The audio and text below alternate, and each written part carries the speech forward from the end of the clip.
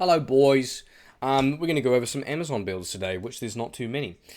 Some of these have been shelved for a bit, but there definitely is some which you'd hopefully recognize. So yeah, let's get into it and start, ranking some of these off-meta builds which I've done for the Amazon. Excuse me. Oh, I thought I stopped burping now. That's a last year thing. Ice Arrow Amazon. I guess this is more of a off-meta take of a meta build, but what I did to kind of change this from the others is my one has more heavy FCR focus with Enigma, so it's a little bit easier to farm, a little bit more consistent, but also on Switch I'm utilizing Hustle to reach the highest APS over 3 seconds with, Freezing Arrow when we switch back to our main hand. It's very fun. I would definitely recommend it. It's something you would be more inclined to put more mana per kill on things, so like Silk Weaves or getting expensive jewels. I think it's the Aureolic jewel, or however you say it. The one that gives you mana per kill, because you can get 15 increased attack speed and +3 mana per kill. You can also get inherent mana per kill and after each kill on a little bit on rings, but also on maybe diadem as well. So there's ways you can make this a little bit more smoother to round out, but it's a very nice, comfortable S tier start, I would say. Let's move on. Artha's set. Now, this build is not really a build per se. I just kind of made a showcase for the Artha set because I really liked it. The Artha set is a 4-piece set, which is... It's pretty... It's pretty flexible, I guess is the word I was looking for. So you've got a helmet, you've got gloves, you've got an amulet and a belt. You can apply that to a lot of different builds without having to sacrifice a weapon or shield slot, without having to sacrifice a shield, like a staff, or anything like that. You can really keep that on, and for this, we can benefit of keeping all our specific Javazon stuff still on there, and also on Switch, I utilized the CTA in a bow for this build to, just have an extra option of utility, but also benefit from battle orders. So it's good. It's nothing crazy though. I'd put it in B tier comfortably. There's obviously better strength options than using Artha's set. It's mainly to showcase that set itself, but not an inherent build standalone, I would say. Something that I've had... that I've thrown in the rubbish bin quite a while ago is a Thorns Amazon.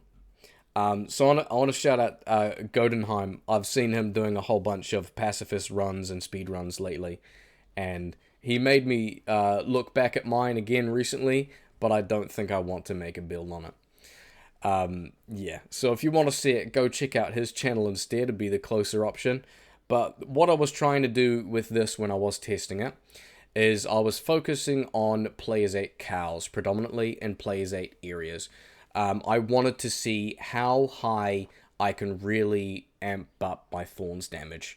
I can get it to a very significant level, but you reach a climax point. It's really a tipping point, right?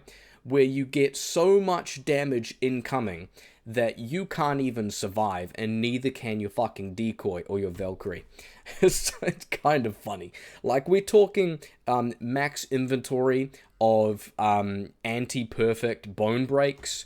We've got, like, double Thorns aura. It's just... things are wild, Things are happening with that build. And it doesn't work how I wanted it to, but it sounds like something that would be entertaining anyway. But I don't know what I would show even if I do get the build out. So yeah, that is absolutely going D tier. Sorry, boys. We'll cleanse the palate a little bit though with Zeal Amazon. So I played around with this a long time ago, and I finally fleshed out a build recently, and it's surprisingly good.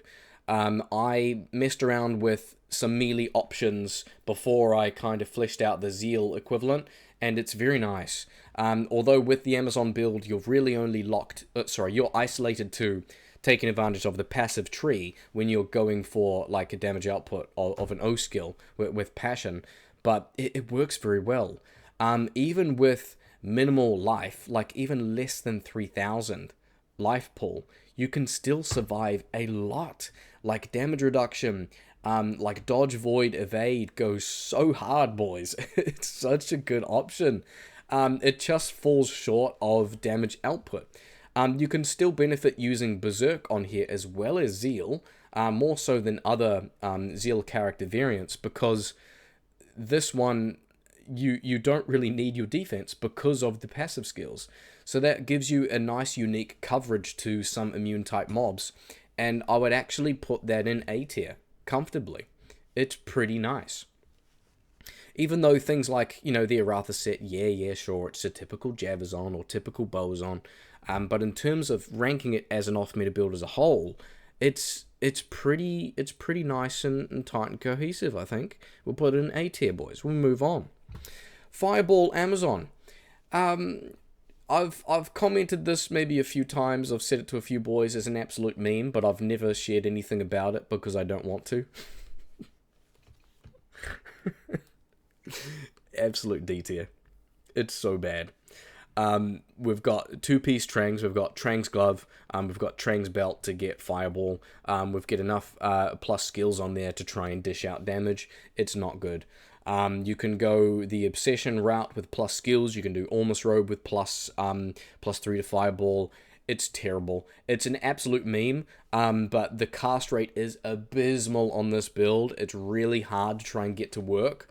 I don't even feel like it's worth talking about the stuff I've tested with it anyway, because it's so bad. So let's just move on and forget I even talked about it. One I have here is the lightning proc, the 40% chance for lightning. This was pretty gimmicky. Inherently, it's just a charge strike or Javazon build, but a worse version of it. I'll put it in B just because of that alone. But really, it's not really doing too much. It's not even a flat 40%, which I knew really. But putting on like the wisp, the two wisp projectors, as well as thunderstrokes, which does add up to about 40 on paper. Technically, the game rolls for one first, then the others. So yeah, it's about less than 40%. That's for sure. It's not that good. The damage from these, the procs is not very high. It's whatever. It's gimmicky. I probably want to put it in C tier, to be fair. It's pretty lame. Another one we have is Fend's on Holy Fire. So, a unique thing about the Hands of Justice rune word is we can make it in a spear, and we can make it in a matriarchal spear or a pike. So, a few different options for those two. We can switch out depending on what mob we want to fight, and also have an obedience on switch too for Crushing Blow and Enchant. It's a unique type of build. It's nowhere near as strong as I would like it to be, but I do think it is kind of fun on how it works. So I utilize obedience for single target bosses. On Switch, I've got my Hands of Justice. It's pretty nice with the Dragon Plate as well. You get a little bit of Hydra damage. The Flickering Flame is okay. You've got Infinity Mercenary. It's quite expensive.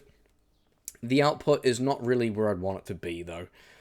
So for that, I'm probably going to put it in B tier, but it is kind of nice and cohesive as a piece, so I'll put it above the Artha set because I feel like it deserves that at least.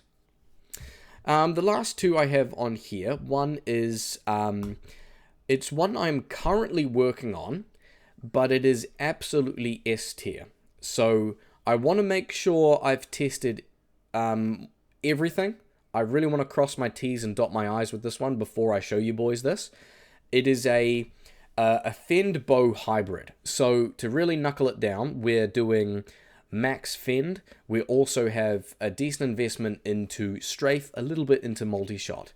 What we have is an Ethereal Breath of the Dying pike, and then on switch we have amp damage from Witch Wild String, which is fully amped in 2 sockets. So with that, we're going to be applying open wounds, we're going to be piercing a lot, and proccing amp damage, which is also paired with our Atma's Scarab. So we have strafe, we have Witch Wild String on switch, we amp everything, we switch back to our polearm, and then we hop in there. Not polearm, our pike, sorry. And then we jump in there and we nuke stuff. it's really strong and it does work very well. But I want to make sure it's nice and tidy before we start, showcasing that in the build. We have one left that leaves us the Immortal werebear. Now, this was one of the first melee Amazon builds I started testing. I ended up clearing Ubers for the first time with this offline. Yeah, the first time I ever did Ubers was offline, testing this build. It never came to light because I hated it so much after doing all of the thorough testing. So the same aspects that make the Zeal Amazon so strong, with all the great survivability and in the passive tree, most notably, it benefits from all of it, except it's only locked to single target in a boring werebear form with low run speed and walk. It's viable, it can do Ubers, it's just very sad and boring, and it's not something that I enjoy playing, and therefore I don't enjoy building a video to show you boys, unless you really beg me to make it. So I'd probably put that in B tier. It's still a consistent piece by itself. It's just very boring. So yeah. That's going to round off the Amazon builds. Not as many, but it's good to talk about the ones that I'm working on, that I have worked on. If there's anything I've missed that you boys want to see, then let me know. And we can play around with that too, and I can see what I can churn up. So, yeah, I'll see you around, boys, and we'll work on the next one.